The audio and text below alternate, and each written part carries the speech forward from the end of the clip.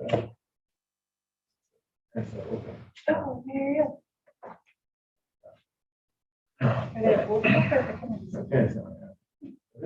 But required. Yeah,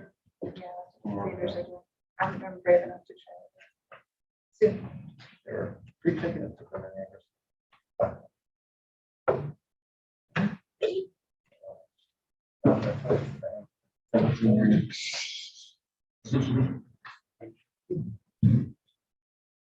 Like how on a daily basis. And not about this. No. No. I was really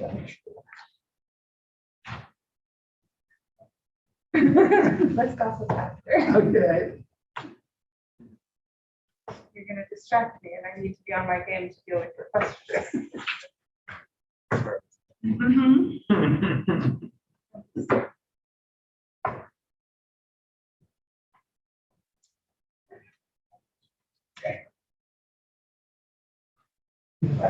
We're live? Okay.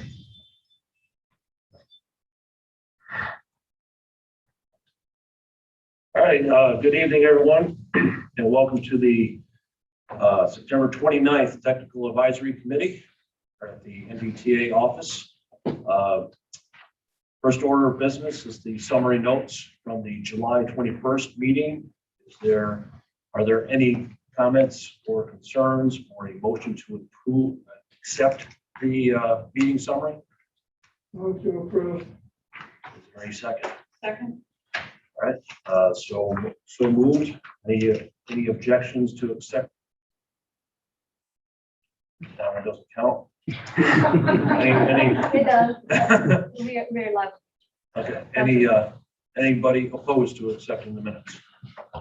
Hearing none, the minutes are approved.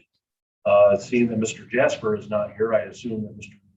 Shree will be doing the presentation for us. So Shree, go ahead. Thank you. Thank you, Chair. Thank you, members of committee. It's right. So Jasper couldn't be here today. So there's Mr. Backman. Both of them had conflicts and became separate. They were not going to any same meetings or anything like that. But apologies for that. Big shoes, but I will try to cover as much as I can. Again, the main discussion today is on transaction goals, objectives, and measures. We did this last round of meetings with all the committees, and we are continuing that discussion here. There is no action today. We are having more discussion. Next meeting is when we need to take action, basically recommending a set of performance measures to the authority. In this today, we will give a little bit high level summary feedback from the public engagement activities we carried on through the summer, and then a little bit more discussion on goals, objectives, and measures, where we heard from all the committees in the last round several great suggestions. We want to make sure we incorporated them into our going forward. Those sessions were incorporated, so we are bringing it back to you for more discussion. And at the end, we can talk about what the next step from here. I kind of mentioned already that one of the things we are requesting you and the other committees to do is to recommend performance measures to the authority at the next meeting, not at this meeting.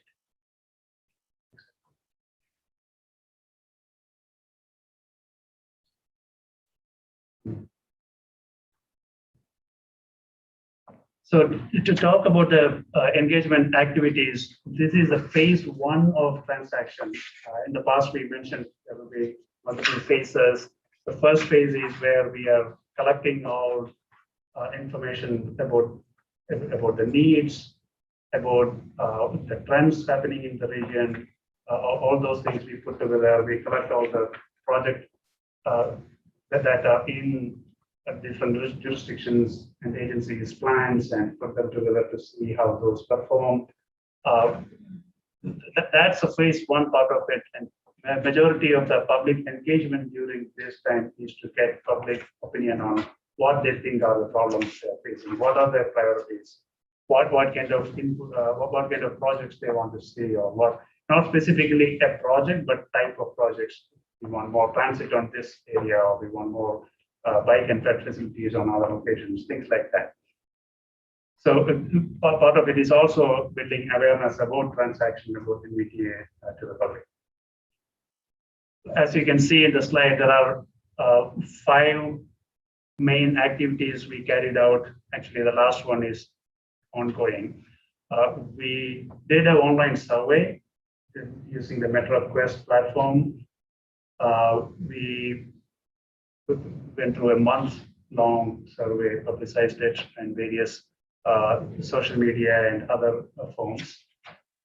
As part of that, we did some pop-up events in various locations. We will have a little more detail about these activities in the next slides, but we carried out pop-up events to, again, generate more buzz about these surveys and let people know that survey is going on so they can take the survey.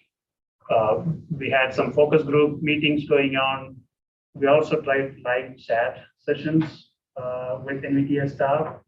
Again, it's all pushing people to talk about transaction, about NVTA, and raise awareness and get them engaged in surveys and other activities we are doing. Stakeholder group, we didn't have a full-fledged stakeholder group in the past, but now we are trying to have it more formalized so we can have engagement with various groups in the region. The chart on the right side, it kind of shows where we are. As you know, we have the 2 main functions of NVTA is planning and programming. Programming means funding projects. And we are in that top section planning process here, preparing the long-range transportation plan. You can see there is like 3 different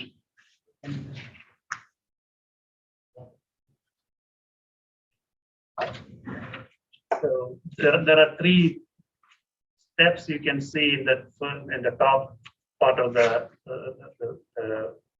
circle, and we are on the first part there. Identify current and future needs. That's where we are now. We will continue with that, analyzing regional impacts and develop the plan. Once we have the transaction plan adopted, based on that, we look at funding projects, and then it keeps going in, feeding into each other. That's how, and all this, throughout this process, public engagement is a key aspect. Next slide. For the MetroQuest survey that I said, we ran it from August 6th to 19th. Not only getting feedback on the travel behaviors and needs and priorities, but also building the awareness about NVTA transaction, doing that. This is the last bullet there, shows the response. It says to date, September 14, that's when we sent it. Around that is the time when we sent out the slides, but we have the data number, the final numbers, I would say. The total is about 2,300 plus. That's the total responses we received. More or less same percentage of Korean and Spanish responses. This time, in addition to the survey being English, we also translated that and had separate links for Spanish and Korean languages. The 2,300 plus surveys and the split that we do here as Korean and Spanish, many people who talk, whose native language is different, they still took that survey in English. So we had to go back to the survey details and see if they responded to the question on demography, to see how many people. We know for sure that many people who speak other languages, especially Spanish, took the survey in English. So that number 82 and 53 will only go up when we finally count the demographics. You can, in the map, you can see approximately where the distribution of that survey, where did we get the people from, a lot from inside the beltway, outside the beltway also. You can see areas of concentration where you usually see more people or more dense areas. And also you can see a lot of survey respondents live outside the Nova region of the NVTA region. In DC, in Netherlands, in Fauquier County or Stafford and other places too. So people who probably travel to this region who are directly in their daily routine, they have a connection with Northern Virginia. They all also responded to our survey, which is encouraging. We want to know those kind of relationships and what are the kind of priorities and needs they have and work that into our plan.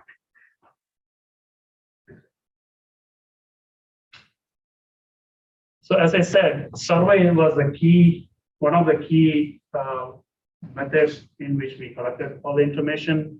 Pop-up events, the focus of pop-up event here was to push people to do the survey. So we went to 12 different places. They are all outdoor but in-person events. Surveys online, but this was all in person.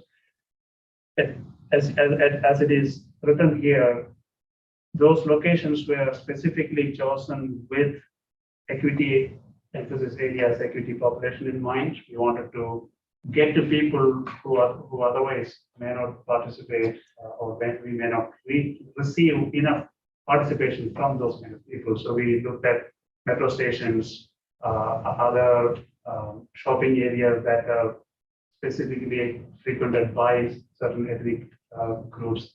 That's how we try to reach to those people. We had a combination of weekdays and weekends, different times. We had translators available at those locations, and as I said, some people took the survey. We also had the opportunity for people to take the survey on site during the pop-up events. We had hard copy printouts, we had tablets where they could do the survey on the tablet. We received several surveys filled during those events too.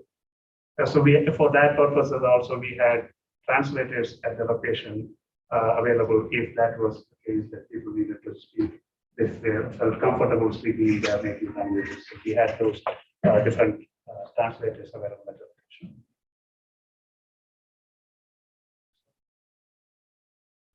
Live chats, this is the first time we ever did this, NVTA ever did this. In our transaction website, we created the live chat opportunity, and we had four sessions. I think Thursdays 1 to 3 p.m. We had NVTA staff on this end of the chat session, waiting for people to join and ask questions, and we answer them. In the first two sessions, we had very minimal participation or no participation in one case. The last two, since we were creating this, publicizing this in social media and other places, the last two sessions we had more participation. It was experimental. This is the first time we were doing. We didn't know what to expect. So we have some ideas now. In the future, we may continue this, but we know we need to probably tweak a little bit to make sure it is useful. The time we spend on our end, the kind of interaction we get, we want to focus on a particular focus area. It may not be transaction, it could be CPA program, it could be anything else, but that's something that we will explore in the future, how better we can utilize that option.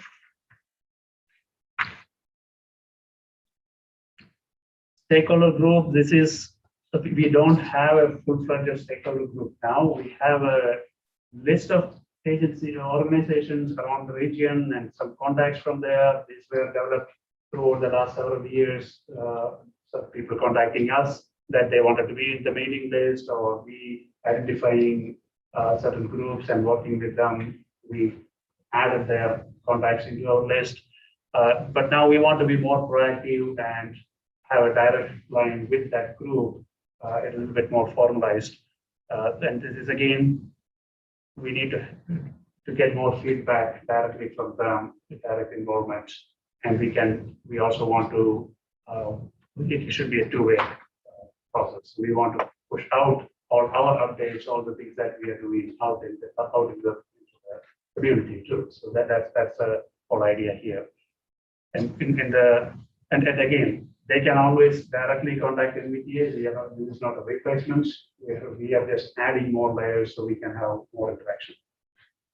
You mentioned in here advocacy groups. Could you list some of those that are included? Sure. The Sierra Club, maybe one, maybe Coalition for Smarter Growth, other NVTA. These are all stakeholder groups. When I say other NVTAs, North Virginia Transportation Alliance. So there are all these kind of groups, which may, when I say advocacy, they may be focusing on one particular mode of transportation or on locality or things like that. So that's what I meant by advocacy.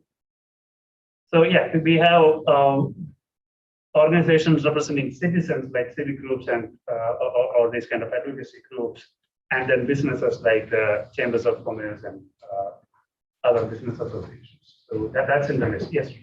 Have we interacted at all with the data, which is the Dulles Area Transportation Association? It's all the businesses along 28 corridor. Yeah. They have a brand new person that they've appointed that's going to be a liaison and work on ultimate transportation, and includes bicycling. Sure. I don't remember exactly if that is in the list already. I assume so, because we had in the past, Monica or Keith has presented to various groups in the Dallas area development organization. So They're very active. we have interacted with some groups in that location or Dallas area based organization. So I will make sure we check that, and if not, we will try to contact them. Definitely, we will find out. If you already don't have it, I doubt. I guess we already have it, but if not, we will make sure. Thank you. So yes, we have lists. We are trying to get more lists. If you have any suggestions, please send it to us. We will contact them. If you have contact, let us know so we can add them to our. So our plan is to meet them or approximately once a quarter, to not only meet them with what we are doing and what they get the feedback from them. At times it might be specifically on, like in this situation, specifically on transaction. We are trying to set up a date towards the end of October. And in other times it might be 6-year program, it could be something else.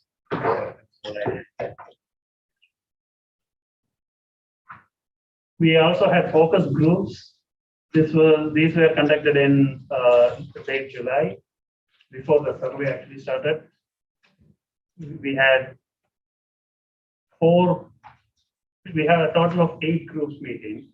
As you can see, that blue and purple ones there, we had transit focused, non-transit, Title 6 population, though Title 6 is federal and NVTA doesn't need to read it for federal populations, but we looked at title populations and non-title populations. So there are 2 by 2 metrics you can think of and try to get samples from everywhere. And then we have that way you can get 4 groups, but then we double that. So we have 8 groups, where a total of about 95 participants. Different groups, different meeting at different times, and talking in depth about what these about the same questions of what the needs are, what are the problems they see, what kind of priorities they have, what are they thinking about.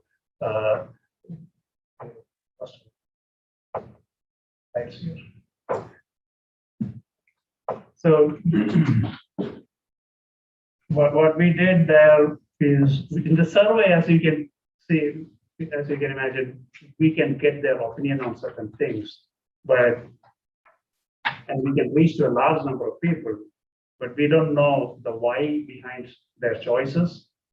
That's what we were trying to get in these focus groups, to go a little bit deeper. We cannot go into thousands of people, but at least for the sample of people we take, we can go a little bit deeper to understand where they are coming up with these particular choices of priorities or other questions we have. And Daria and Tom will present about that. I think that's where I would leave it to Tom to continue with that discussion. Start, and So before we start, I want to introduce, if you are already not familiar with Tom Harrington and Dahlia Levin, you've probably seen them in the last meeting too, but they both are from Cambridge Systematics, project manager and deputy manager for transaction updates. So, yeah, Sri said the focus groups and the MetroQuest survey were the two main components of our engagement in terms of gathering input for this phase. And the focus groups gave us that chance to really talk to people in more detail and get a little more of the story and the explanation behind some of their choices. So the first area we talked about was travel choices and some of the key issues. We asked a series of questions, and when we've done surveys in the past year, of course, pre-pandemic, pandemic, and what you plan to do after pandemic is kind of the way we try to ask these questions about travel behavior. So the focus group respondents were primarily talking a little bit about what they used to do and what they're doing now, but we certainly heard discussion about driving and how it's important, and SOV in particular.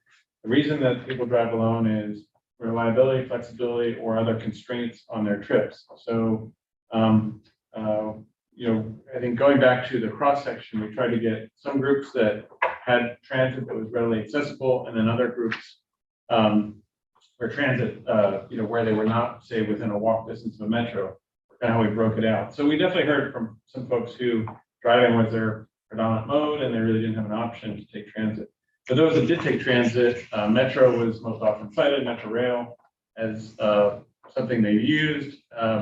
Typically some used it for work, and we also heard from others who take it to go downtown, say to the ball game or go to an event in DC. And I think generally we heard about limited awareness of other options. So that includes Metro Bus, but also some of the local bus operators.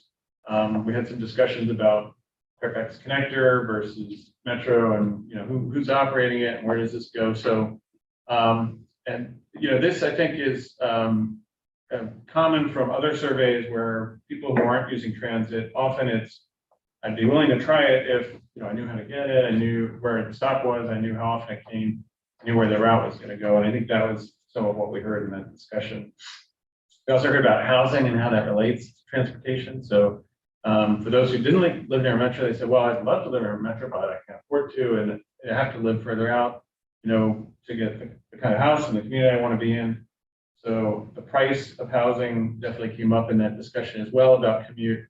And then, telecommuting was tied in very much with what you're doing currently. So for those that are telecommuting now, definitely, some percentage of them expect to continue telecommuting at least part of the time. In the focus group, did you see any differences by either age or ethnicity that stood out enough to be mentioned?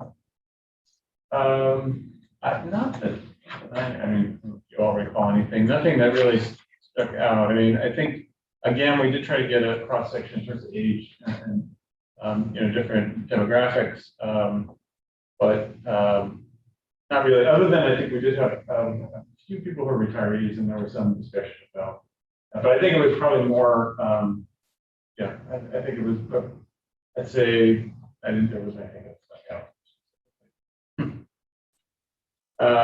Great, next slide. So next segment of the focus groups was really on the core values, and in particular, spent a little more time talking about equity or defining equity. I think with all the with the core values, we first got people's first impressions, and then we talked a little more about trying to define some of these things. With equity, we started with talking about what does it mean to people, and generally as here equity, it will relate to fairness, a transportation system that serves everyone fairly, was a common definition there.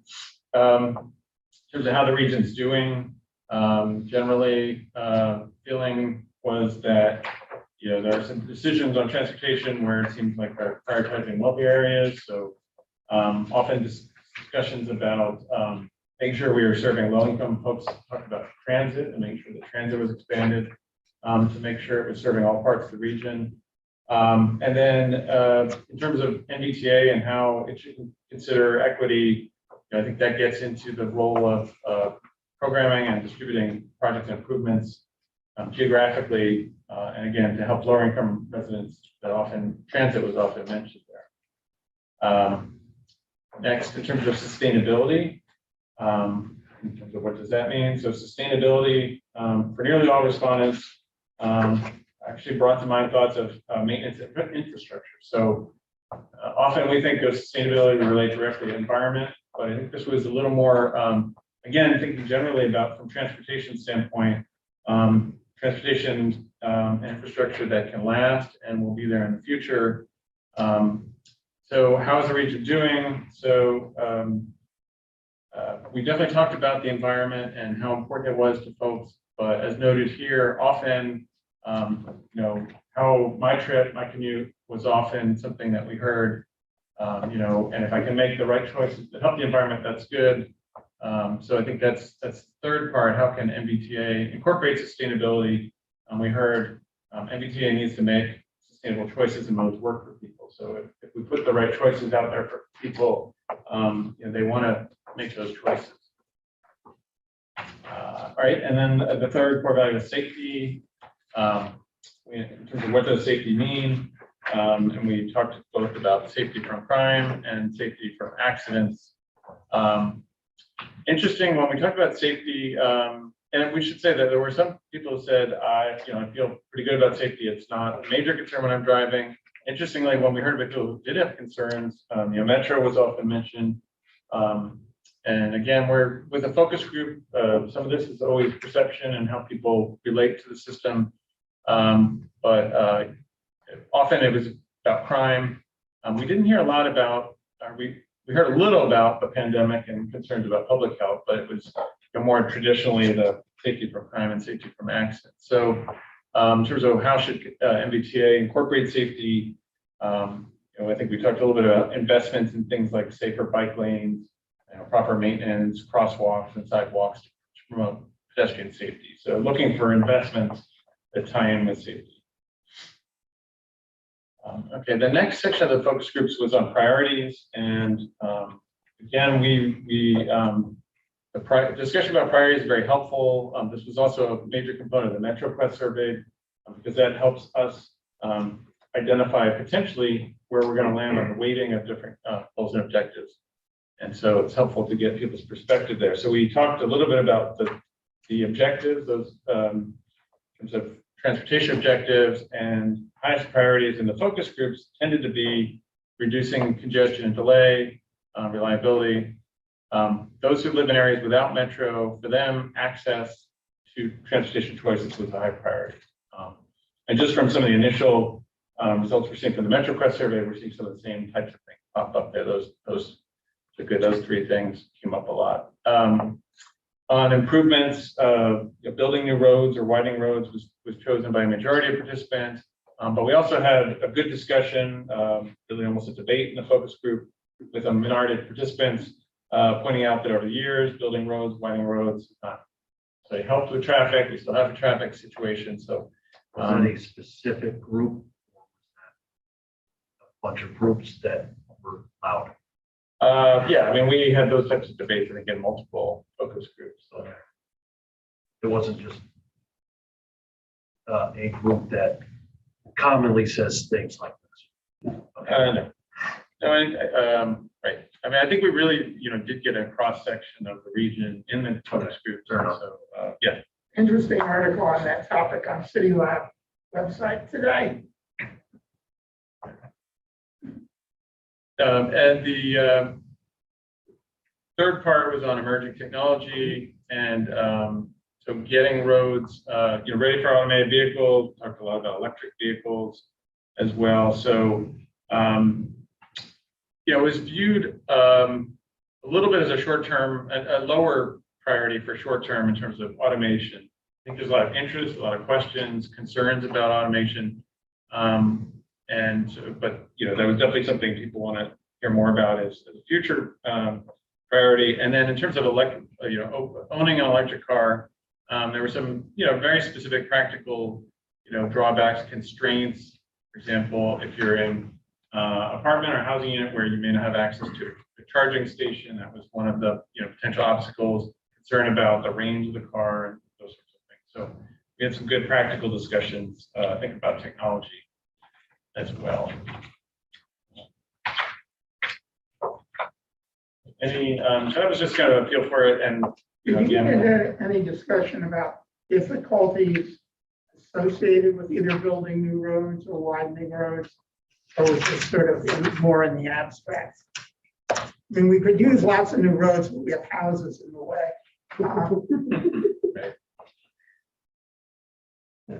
You're the first time we've heard that yeah. so far. Okay. You need to go to one of these pop-up. To be fair, I don't think we heard from different perspectives. It's not like any one particular type of representation. We heard from different types of people about different contexts in which they said widening may not be the answer, or widening may be the answer. So we have both types of different types of people. Back in your section of the presentation, there was a statement made under the pop-up events that there was a focus on equity emphasis. Yes.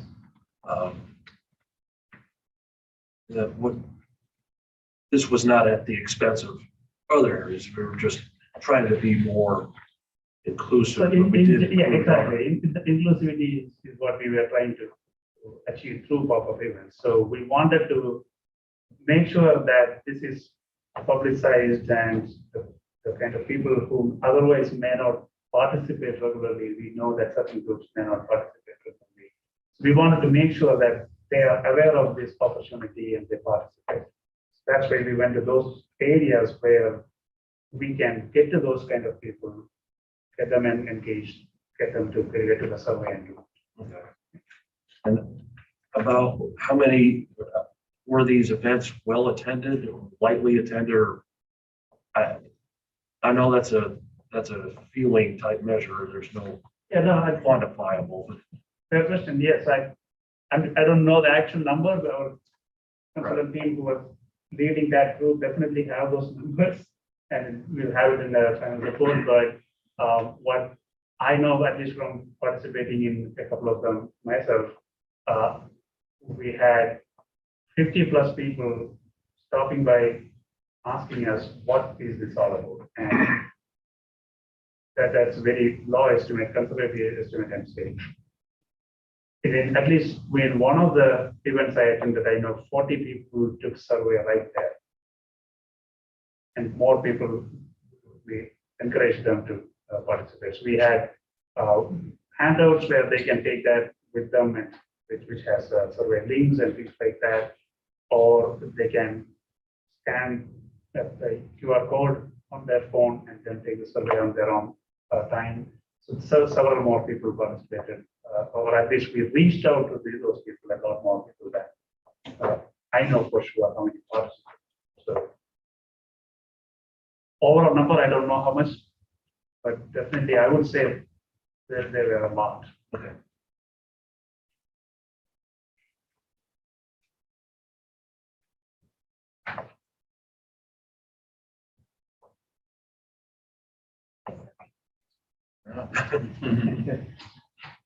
All right.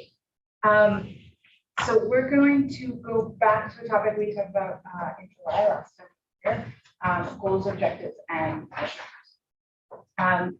And so as a quick overview of the process, we will share that or last slide. We've been doing public outreach that Shane and Tom just talked about in August and September.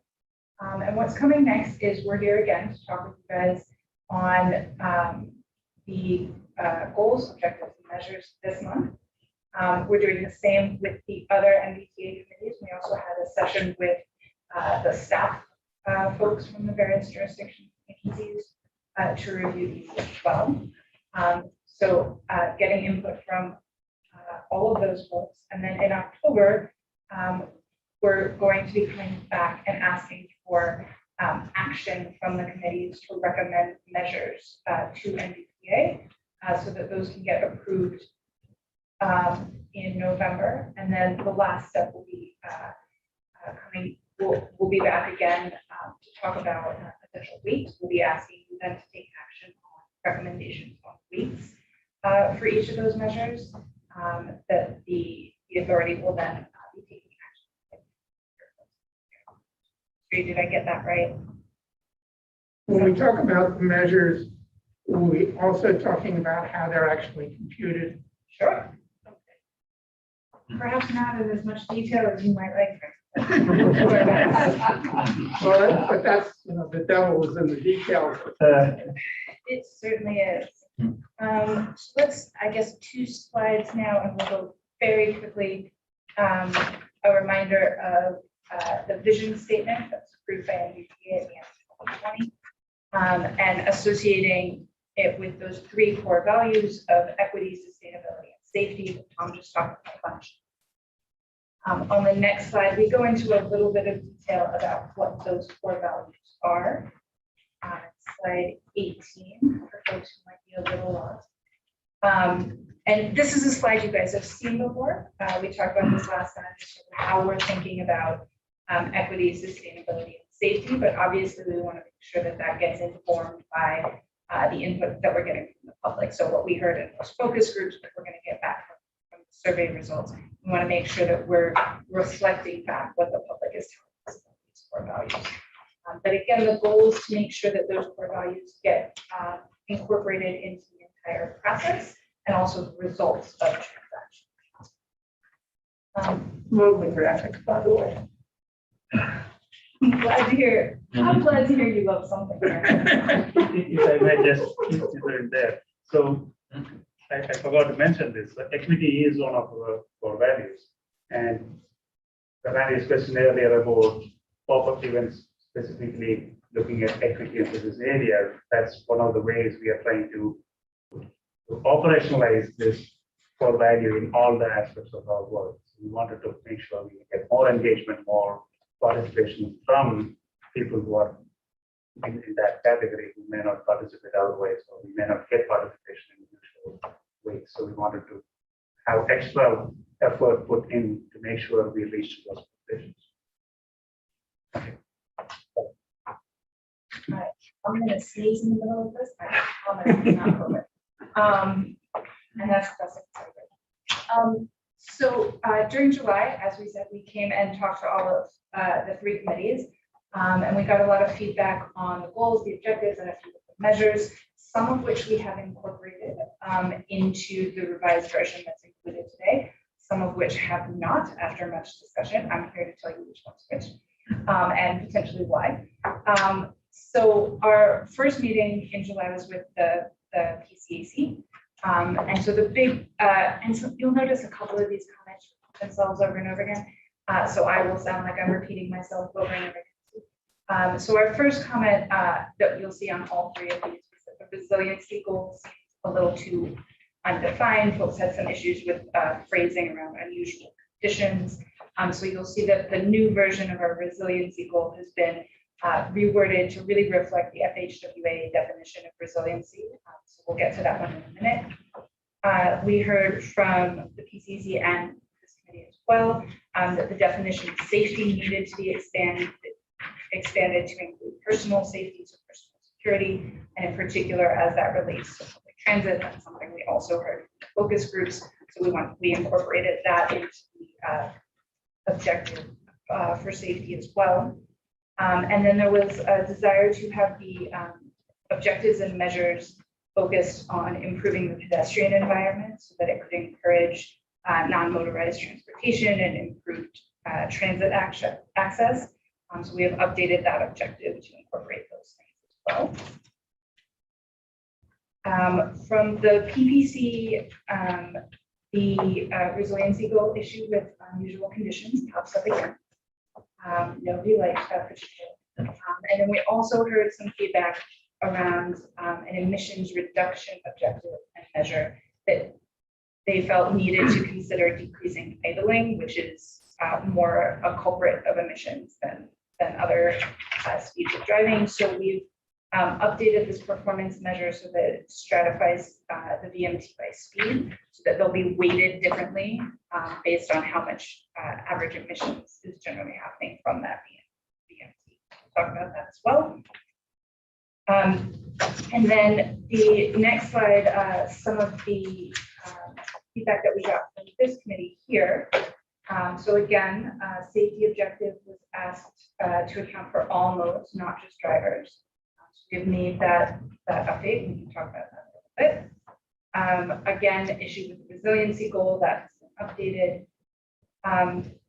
There was a comment that the objectives needed to account for all aspects of usability. So that was to include affordability, disability, costs, and other elements as well. So some of those elements have been incorporated into a revised accessibility objective and measure. Others have not been incorporated primarily because NVTA can't affect them. So things like transit costs is not something that NVTA can really do anything about. So it was not directly incorporated into the measures. So you know what the effects are, even though you can't affect the change? Generally, there is an argument for that. Generally speaking, in transaction, the measures are set up so that they're measuring the things that transaction and NVTA can do something. Is So for- NVTA prohibited from using its funds to subsidize transit fares? From doing anything operationally, Yes. yes, Yes. yes. Okay.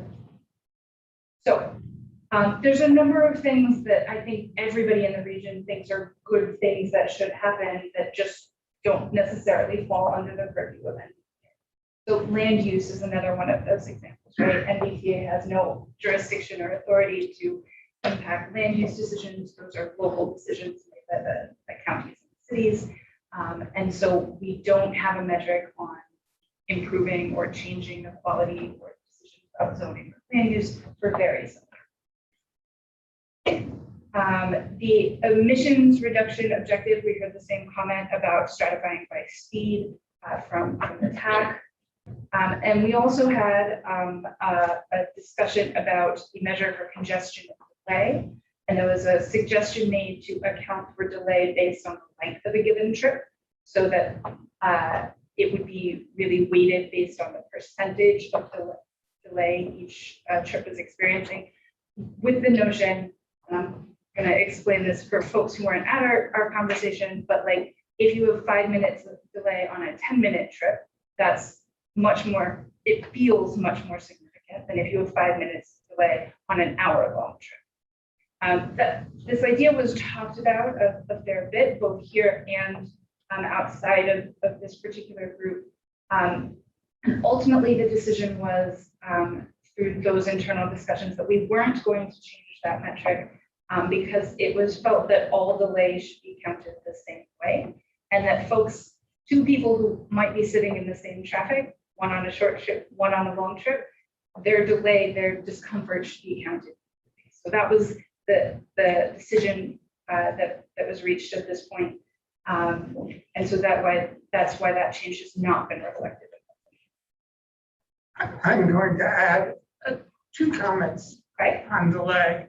One is the strange anomaly based on the way it's computed, that lowering the speed limit would result in reducing delay as you're computing it, without probably actually doing anything to contribute to reducing delay.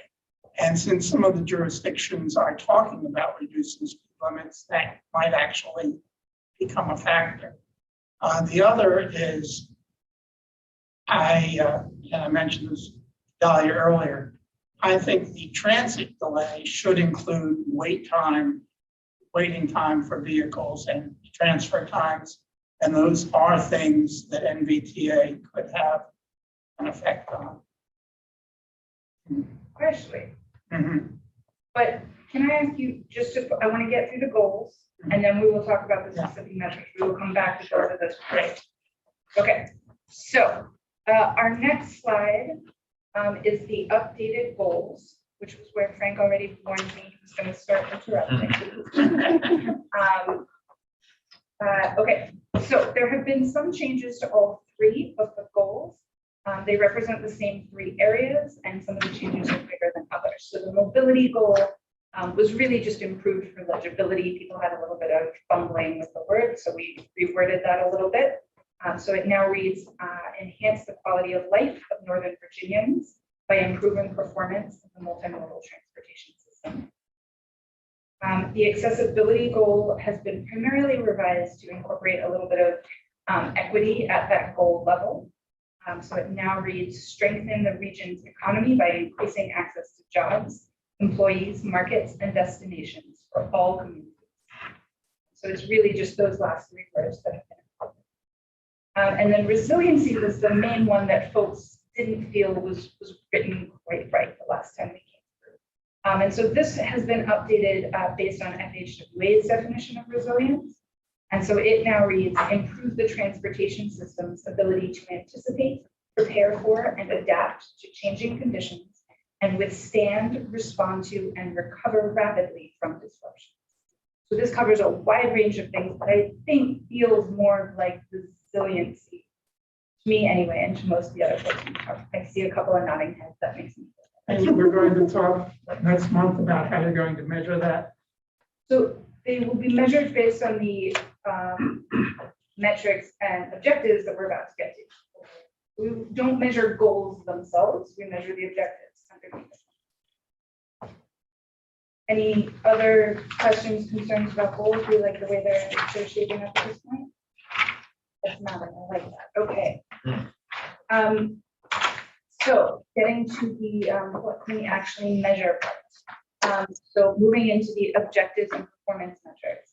So these would be used to evaluate the impact of potential projects and to measure progress towards those goals and objectives that we talked about. At the end, each of these performance measures can be weighted differently, which will, as I said earlier, work out later in the fall. But it doesn't mean that all of these objectives have to be weighted equally. If some of them feel much more important than others, right? You guys have the ability to say, this should be 20% of our score right here, or something along those lines, right? So we don't have to look at them as all being equal, but just multiple things that the region is trying to achieve. And we've sort of set up a few, I'll call them goals for the performance metrics themselves, but now we're just talking about goals within goals within goals. But we want to make sure that they incorporate all the modes in the region and that they allow for the flexibility to account for all project types. So we want to make sure all of the projects that NVTA can in fact fund are able to be represented in these performance metrics. We want to make sure that they're reflecting those three core values that we've talked about: equity, sustainability, and safety. And then we want to make sure that they're simple enough and few enough in number that we can communicate them to the public. And that's one of the biggest challenges, because we have so many things that we're trying to achieve, is figuring out how we can get to a reasonable number and simple enough that the public, I like to use my mother as an example. If I can explain them to my mother, then generally simple enough that the public can understand. Do not tell her I said. Who's listening?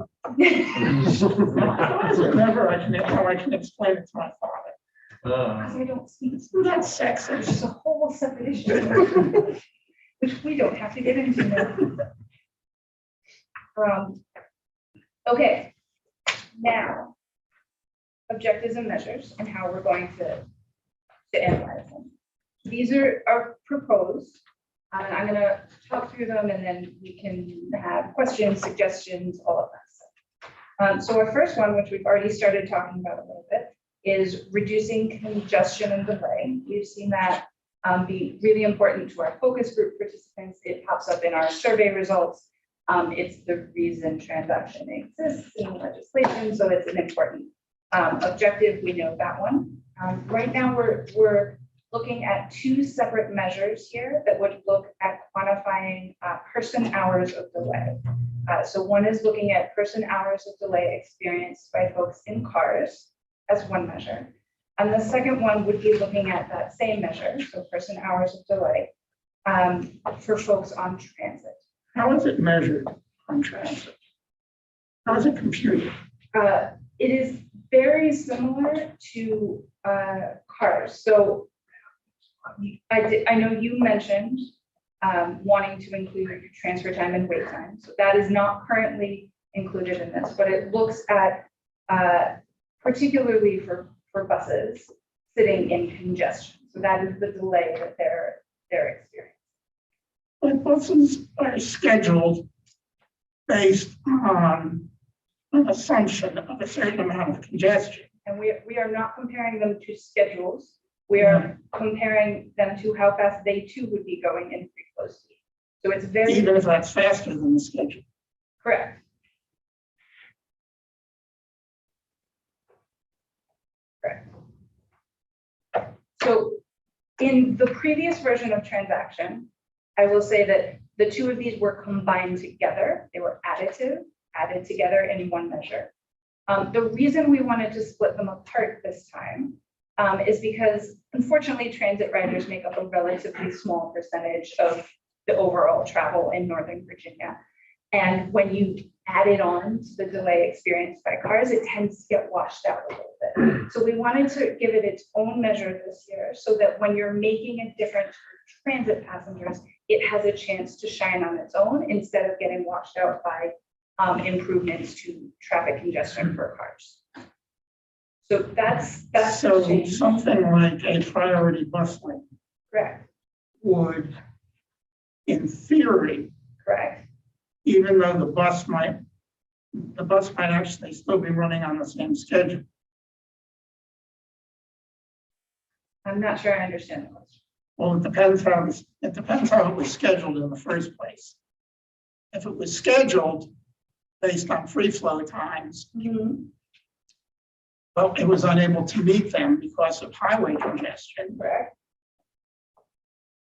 So again, these are not based on bus schedule times, right? It's assuming that the bus can move as fast as it can move, just including the fact that it has to stop and pick people up and things like that. So free flow speed for buses is obviously a little slower than free flow speed for cars that don't need to stop. But it is taking into account the fact that there may be delay caused by the other cars, the other vehicles on the road. So a bus in a dedicated lane that didn't experience that congestion would not have delay. So a BRT project presumably would show some benefit. Yeah.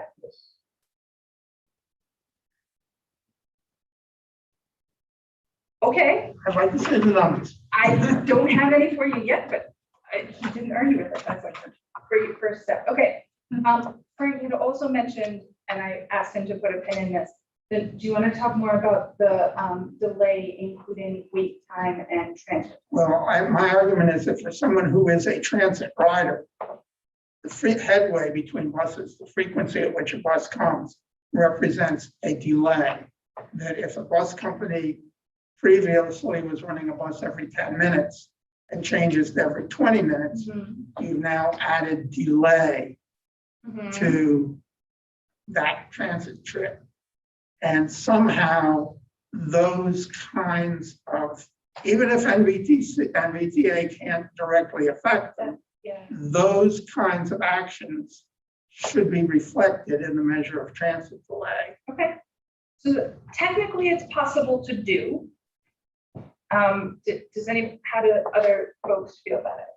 Just to, I'm trying to connect the two comments you had, just the comments you had just now and the one we previously had. So in theory, if I understand what you said correctly, a BRT should make you able to have frequent services than you could have done earlier because the headway had to be longer because of the congestion. But now you could have, so wouldn't that reduce the delay automatically on that? If you have frequent service on the BRT. That would proportionally. reduce delay, as would, And I'm saying that even if it's something that NVTA cannot directly influence, if FS Connector decided to, increase the frequency or decrease the frequency of service from whatever, 15 minutes to 20 minutes on all its routes, you should be measuring that and reporting it, even if NVTA can't directly affect it. So, okay, two things. I doubt if Fairfax Connector was going to make their service less frequent, that they would put it in transaction because they don't need money to do that. So it's not a thing we would have to measure as part of either a transaction score or as part of a 6-year program, because they wouldn't be asking for money to do that. On the other hand, I think what you may want to know is how that time spent waiting and transferring might change between now and 2045 as just a baseline piece of information. And that we can do as part of our needs assessment without putting it into metrics and objectives. It can be a piece of information we talk about as an issue in the region. So that I think we can manage without inserting it into the performance metric and keeping these comparable to the delay measures that have been used in years past. Well, I guess what I'm saying is, if you're talking about the change from now to the future, it would be useful in doing the overall system evaluation to know how it changes, if in fact it does. Yes, I mean, because it might then impact on other decisions that are made related to other transportation investments. Okay. What happens if he drops from the bus, decides instead of every 10 minutes, every 20 minutes, but he has 50% more people? So if it's picking up more people, we have ways of talking about what more transit riders does. It's not, so there's a couple of different ways. So I just threw it out there. Yeah. That's what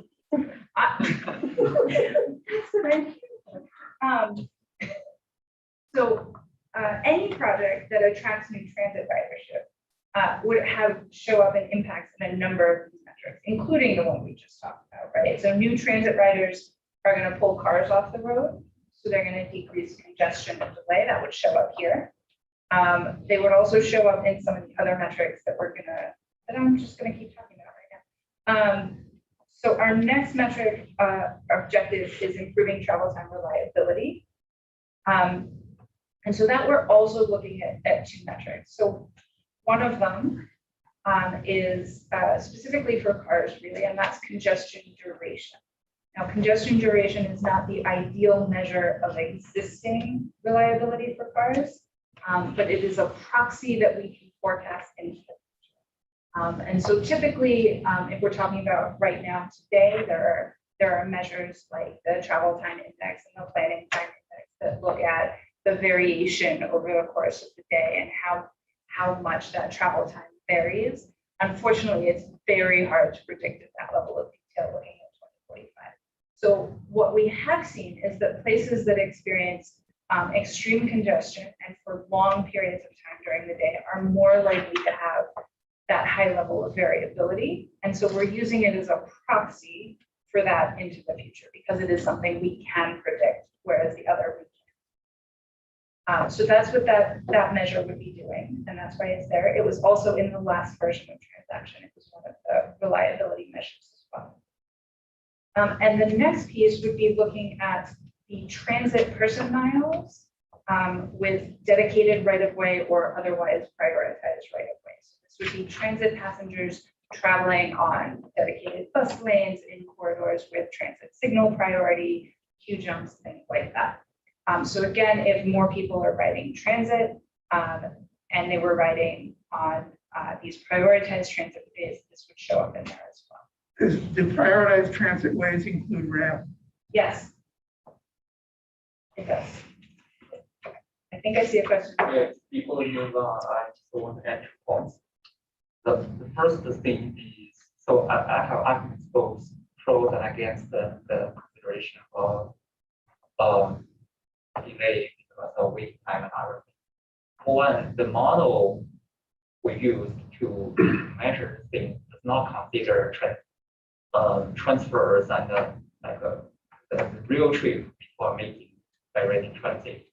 So it's very hard for us to consider or to develop an effective measure to gauge how much delay you would experience during the entire trip. So I guess that measure somehow is not reliable, even if you are trying to consider. But on the other hand, I think we probably need to consider some kind of index or some kind of qualitative measures for this type of debate because of the ITS applications. So before we have some debates about how to consider the benefits of ITS project, it's very hard to compare that with like a capacity building projects. Even if we don't change anything, by just introducing an app that can show the arrival time of the bus real time, that would reduce the potentially waiting time of people can just wait up your last minute to stop. You don't have to wait in snow. So how to consider the benefits of that type of projects, I think probably we need to develop some kind of qualitative measures instead of relying on the model to do the prediction. We do have one qualitative measure on the next page.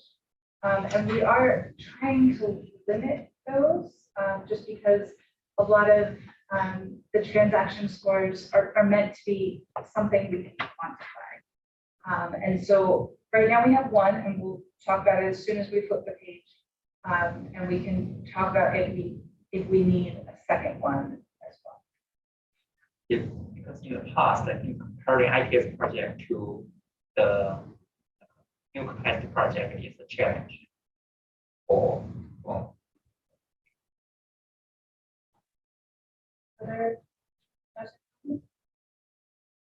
The last one on this page is our objective around reducing transportation-related emissions.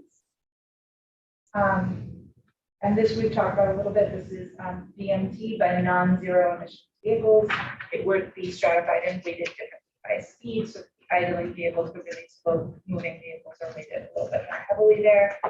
It would require for sort of the baseline future conditions that we make some assumption about what the market penetration for CEVs is going to be. So there's a lot of sort of speculative research on that. But it would allow us to both consider projects that have an impact on that rate of electrification. And also when we get into some of the scenario analysis that we're going to do, it would let us change that assumption and see how that changes. Okay. Right. Our second set of objectives falls under the heading of accessibility. And we have two objectives that we're looking at here, each with, well, actually they have different number of measures. So the first objective is improving access to jobs. And that we use in a lot of the time, we use jobs as a proxy for economic activity, economic opportunity, social opportunity, because at least in the model anyway, jobs tend to cluster around schools, around places of employment, around places where folks go to do things. So what we're looking at here, and this is the same as a measure that was used in the last version of the transaction, is the average number of jobs that are accessible within 45 minutes by car or 60 minutes by transit. So that's averaged across the whole region. That would be one measure. So are we improving access to stuff, is the technical term, for folks in the region? That would be one measure. And then the second measure would really focus on that same concept, improving access to those jobs, but would only focus on the residents of the equity emphasis areas that we were talking about earlier. So that's identifying, are we improving access for those folks who might need it the most? And would let us really understand the equity implications of the decisions They could be either weighted the same, they could be weighted differently, but it would allow that to be incorporated. Frank looks like he wants to say yes. Since NVTA has and can fund projects that relate to pedestrian facilities and bike paths, would you consider including something like walk score to measure the 15-minute opportunities? Meaning how far folks can walk in 15 minutes? Well, walk score measures, how much,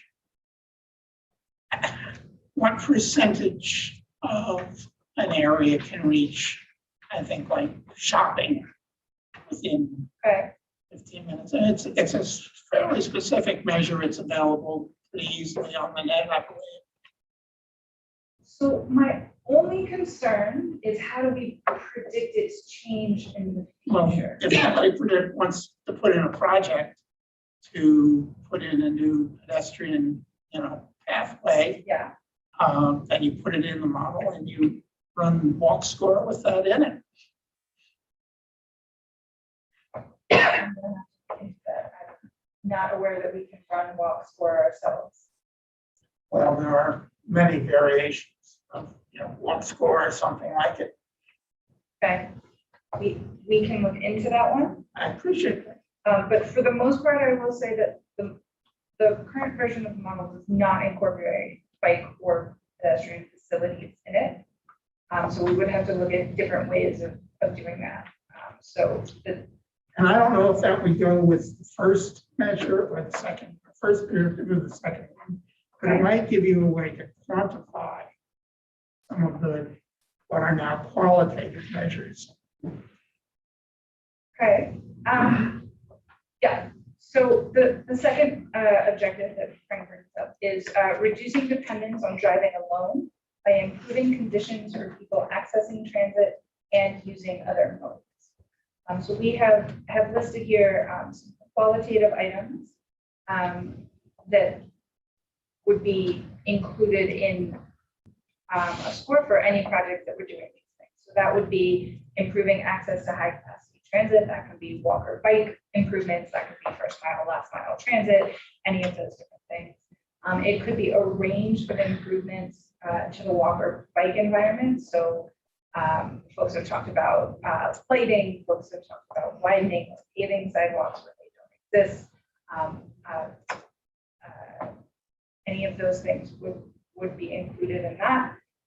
And then the other one being, as was brought up already, with improving the availability of information about travel options. So that would cover some of those ITS projects, whether they were related to Transit Next Bus, whether they related to I'm stuck on the highway, but that sign says I can get off and take Metro and it'll be 15 minutes faster. Any of those things could be incorporated here. So we get that information from the project descriptions, and there'd have to be some sort of hierarchy based on scale. If you're putting in 40 feet of sidewalk, it's probably less impressive than if you're building 2 miles of it. So there would have to be some sort of qualitative assessment of those things. But that's what we're talking about here. And that's fairly aligned with some qualitative measures that were done in the last version of transaction. Does that help with what you were bringing up before? Yeah. Okay. But they are also, strictly related, but also mobility. We're encountering that issue a lot, is that do the non-motorized things belong in mobility? Did they belong in accessibility? Did they belong in both? Do we need 2 separate measures, or do we need 1 measure and folks can weight it more highly if the committees feel like it's really that important? At the moment, where we seem to be seeing is that the committee members and staff seem to find these measures really important, but we don't necessarily have a way of splitting pedestrian mobility from pedestrian accessibility in a clean way. So right now, I think we're leaning towards leaving it as 1 measure with the opportunity for the committee and the authority to give it a higher weight to account for its presence in both. Okay. got one more goal, and that is resiliency, which we talked about how we reworded that to align with FHWA's definition. There are two objectives here. The first one is improving the safety and security of the multimodal transportation system. And this has been expanded, as we discussed, to include elements of personal security as well. And what we are talking about here from a measure perspective is using an approach very similar to what is done by VDOT in their smart scale evaluation methodology, which provides crash reduction, I always get this name wrong, crash reduction factors based on the types of improvements that you're recommending and in a given project. So it incorporates things like widening roads, putting in medians, but it also incorporates pedestrian and bike things like it's not a median, it's a Buffer. thank you. A buffer strip between the sidewalk and fast moving traffic, crosswalks, things like that, all get incorporated into that. So we'd want to base it off of that methodology because that's already been widely tested around Virginia.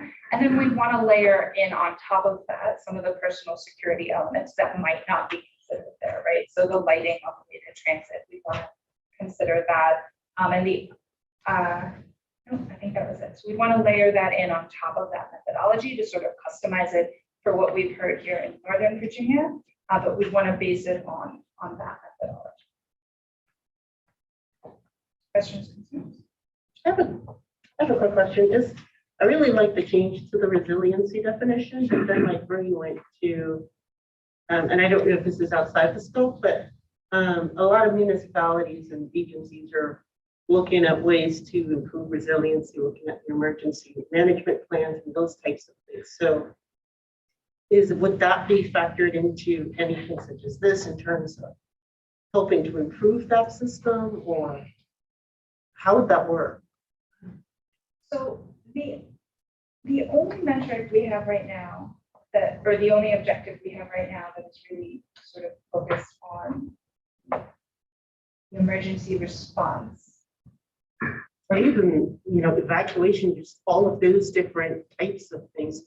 And we're seeing, like the flooding and Fairfax and all over, like how, I don't know. No, that's a really interesting question. So the evacuation measure that we have, it is the second objective here under resiliency. But it's always been, and this is a measure that's been included for a number of transactions. It's always been, how does the transportation system perform when stressed? Not necessarily, and what I think you're getting at is how do we help it during its stress, right? So that it can react to those better. So Those tend to be locality, regional body based plans that NVTA does not have a authority in. That's been discussed in the past transactions as well. It's outside of the NVTA purview to tell a locality, update your emergency management plan because it's NVTA. I understand what you're saying. I'm not pooing it. I'm simply saying that is a function outside of NVTA's transaction. So what is in the function is how do we make the transportation system resilient to the stresses? How the agencies react to those stresses, that's up to them. I hope I made that clear. The other challenge is that we don't have a way to measure the real performance, right? It would require a lot of sort of simulation of an actual emergency to see how that changed. And unfortunately, the tools that we are using right now don't have a really good way of measuring that. But I do want to think about that Okay. some more. Yeah, I'm still thinking of Yeah, looking. yeah, I want to think about that some more. I can Yes. see ways that we could incorporate it under the qualitative one that we just talked about, right? Some of the information systems, things like that. But I want to think about that one. a little more. The stress models COG has done stuff with that for emergency, the September 11th. That taught us a lot of lessons about how to get out of town. So that was part of COG back in the day. They've been working with that. But it's really rarely seen by us here locals out here. Yeah, and so the measure we use is really, a proxy for an evacuation event. We add 10% of peak period demand to the system and see how it does, and really quantify that by through delay. And this was an objective and a measure that was sort of required by the initial legislation, and that's why they keep showing up here. I don't know how you could do it, but I wish there was some way to measure the redundancy that's built into the system. We have thought of a lot, we spend a lot of time actually discussing redundancy both within, say, the roadway network and between the roadway and the transit network, and then within the transit network itself. And our true challenge is figuring out a way that is explainable to anyone, let alone my mother, in less than 10 minutes. It gets very complicated very quickly. And so while there are ways we could quantify it, ultimately, after a lot of discussion, we decided to err on the side of simplifying to make it transparent and understandable instead of coming up with the coolest technical measures we could to measure some of those things. I mean, because I think of situations like crossing the Occoquan. There is very little redundancy available in crossing the Occoquan. And a project that would increase the options might score very highly if there were such a measure. So one thing we will look at as part of the scenarios that I mentioned very briefly, right? One of the ones we want to look at is a climate change scenario. And so thinking about if you took out sort of strategic facilities, whether it's due to flooding or inundation or whatever it might be, and seeing how the transportation system can react and respond to those sorts of things, might give us an idea of, might help us pinpoint places where we lack the redundancy to deal with this in a solid way. And that's more on the scenario side currently than it is in the measures and objectives, just because of some of those reasons I already mentioned. But we are starting to think about what can we do with that and how can that ultimately be translated into needs for future projects and transactions. We go back to the personal safety. Yes. Certainly the crash modification factors, that's a very accepted and standardized methodology and measures. I don't know of any particular methodology or measures for any kind of way to predict any improvement in personal safety. Is that expected to be a more of a qualitative measure? So right now, the congestion reduction factors are, I think they're scaled from 0 to 1, if I'm remembering this correctly. And so we would essentially divide them into, I think, chunks, whether it's 3 chunks or 4. Certainly hasn't been finalized yet, because we can't necessarily predict super precisely how all of those would work. And so what we want to do is think about some of the improvements that could be made to improve personal security and place them within those chunks, as opposed to trying to assign a very specific numeric value to it. It would be pretending at accuracy that we can't really get to. Okay. So that's what we're thinking about it at this point. Other questions, concerns? That was my last slide on objectives and measures.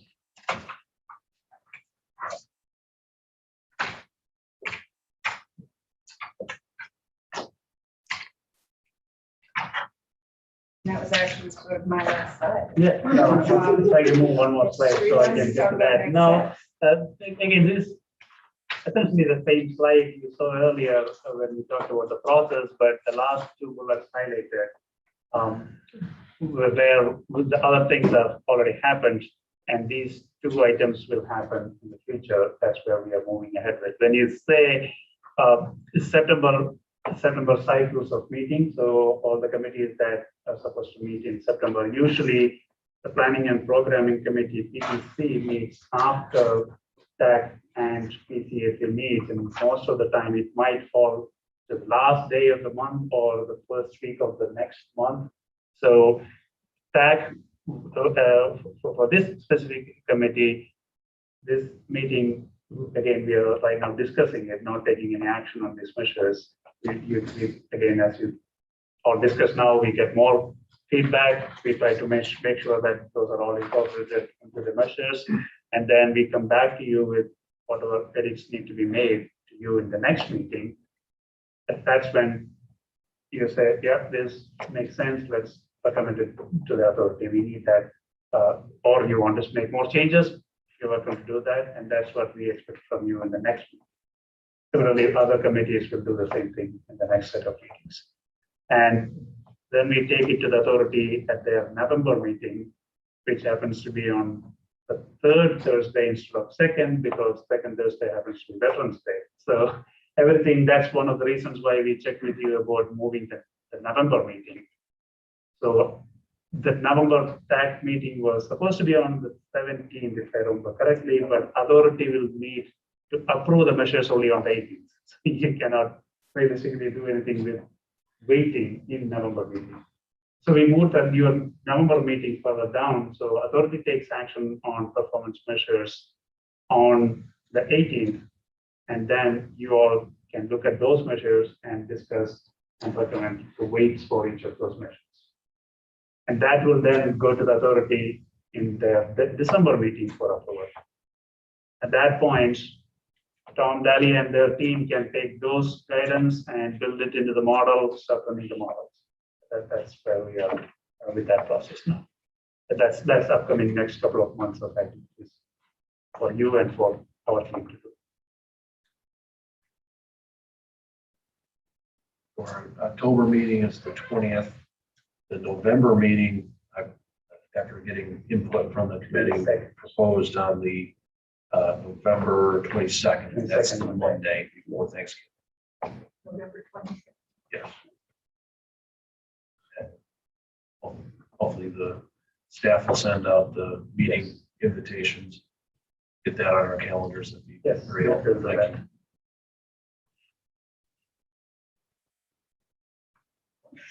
So the presentation is about, go back to the agenda. Right. I have a quick question. Sure, absolutely. So maybe this is a longer discussion, and I'm fine with that too, but so once we get all of the input and we've got the whole model figured out. Okay, that's about as far as I got. I like that. And then my brain, so how is that output gonna be? Very good. Okay, so sure. So we only talked about up to December, and then based on that, they will run the model. We will see how the system performs with the kind of projects that we are putting in. That's what we call the bottom-up projects, where we work with all the jurisdictions and agencies to see what kind of projects they have in mind, like in pipeline. Put all those together, and see based on these measures and rates how they perform. And then we look deep into see other areas, maybe corridors, maybe locations where the needs are not met with those projects in place. That's where we talk about what we call the top-down projects, where nobody maybe have thought about certain projects that can relieve problems in specific locations or whatever we see at that point. So then we as a team can sit together, discuss, and come up with more projects to address those specific issues, and then run the model again to see how much we can resolve. We are not pretending that any of this will solve all the problems, but if we can see there are areas that are lacking, then we can add more projects and see if that reduces the issues. And that's where the next part is where the scenario planning comes into picture to see how that set of projects perform under different scenarios, more like a sensitivity test to see are there redundancy built into it already, or will it perform more or less similarly, whichever scenario play out in the future. Is your question more of what's the function going forward after November? Oh, So, The committee response is perfect. yeah, so since I've been in this committee since 2007, Dr. Shu's gone through it before, Pat's gone through it before. So what happens is the models are run and the cake is cooked in the oven. And they bring it back and they have results. And the results are presented to us. And we do a sniff check on them and make sure, we can tell because we've been in the business. That doesn't look right. Or I can't believe that the sidewalk project outweighed, putting bus lanes on the beltway. That kind of thing. So we identify things that just don't look right or doesn't pass the sniff test, if you will, and make the comments back. They come back to us, to them. They can either explain it or go, oh, wow, you're right, that doesn't smell right. And then they cook it again, and then it comes back, and it's an iterative process until, there is a deadline to have this thing done. It's not perfect. We got to go into this knowing that we're up here and things will eventually filter down. There's the political process that happens. We're here to give the technical oversight to the board and say, hey, board, eventually we'll get to the point where, hey, board, this is good. And hopefully that takes 1 or 2 meetings to get through. In the past, it's been a good 2, sometimes 3. Thank you. Yeah. Did I explain it? Right? You got it in general terms? Pat, did you? Okay, cool. I always have to check and make sure I'm not speaking out of turn. I didn't get a update from Monica. Is there anything to share on the real brief side? I can briefly mention, so other than transaction, the other major activity we are doing is 6-year program update. Currently, we are in the application stage, and this Friday is the deadline for 6-year program update application.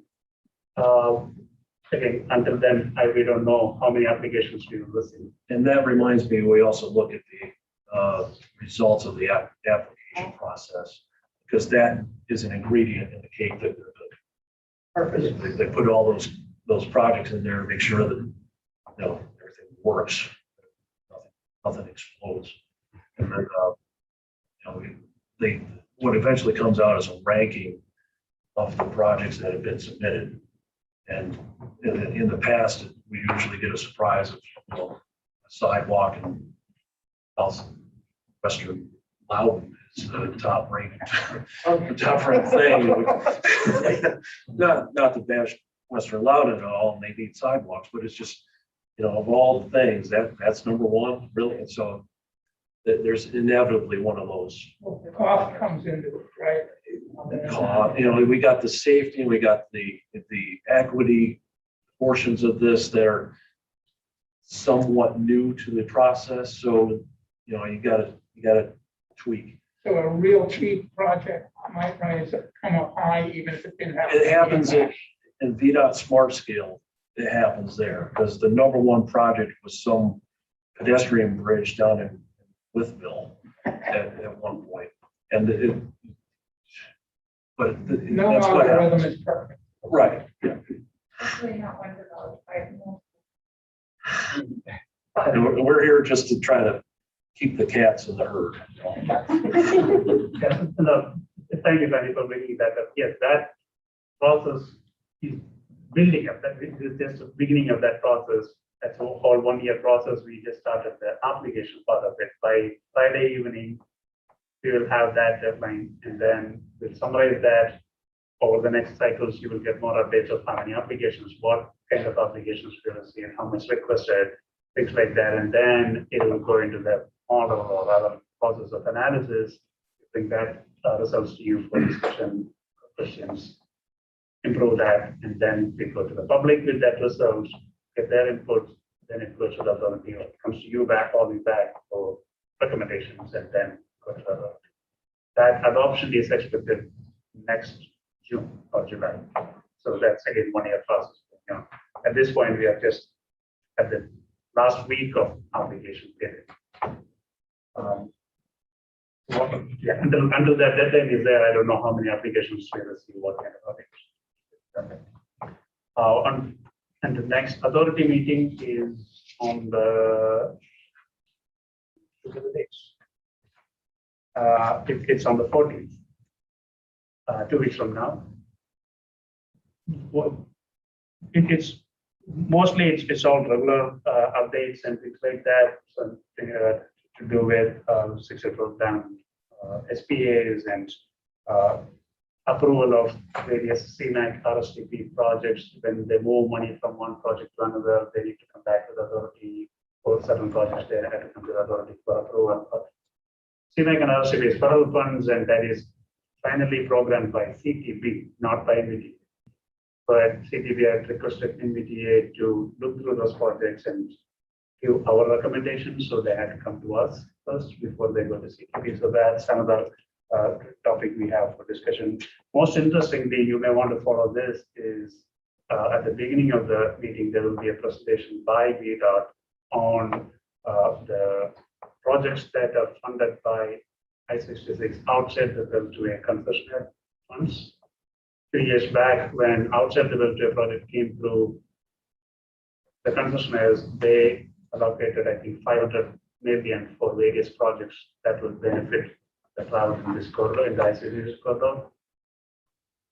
And again, CTB requested NVTA to do a strong and process. We requested applications, we received them, we evaluated them, made some recommendations. CTB took it, made some changes, added new projects, and finalized certain projects to be funded with that money. So those projects are all progressing, and the authority gets an update approximately once a quarter or maybe once in 6 months. So that update is coming up in this.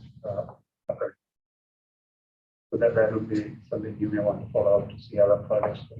That's not NVTA projects, but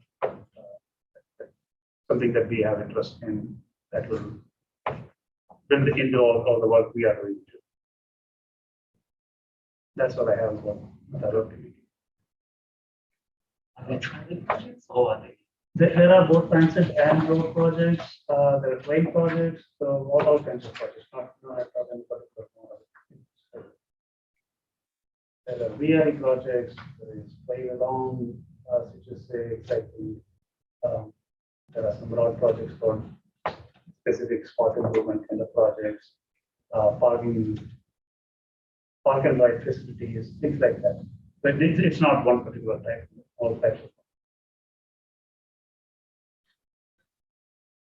Any other questions on the committee? Right. Well, just thought you may want to update the agenda and show who actually made the presentations before you include it in the final minutes. So that, yeah. Move adjournment. Motion to adjourn. Thank God. Next. Second. Any opposed or thirds? All right. No opposed. We are adjourned. You are opposed to that.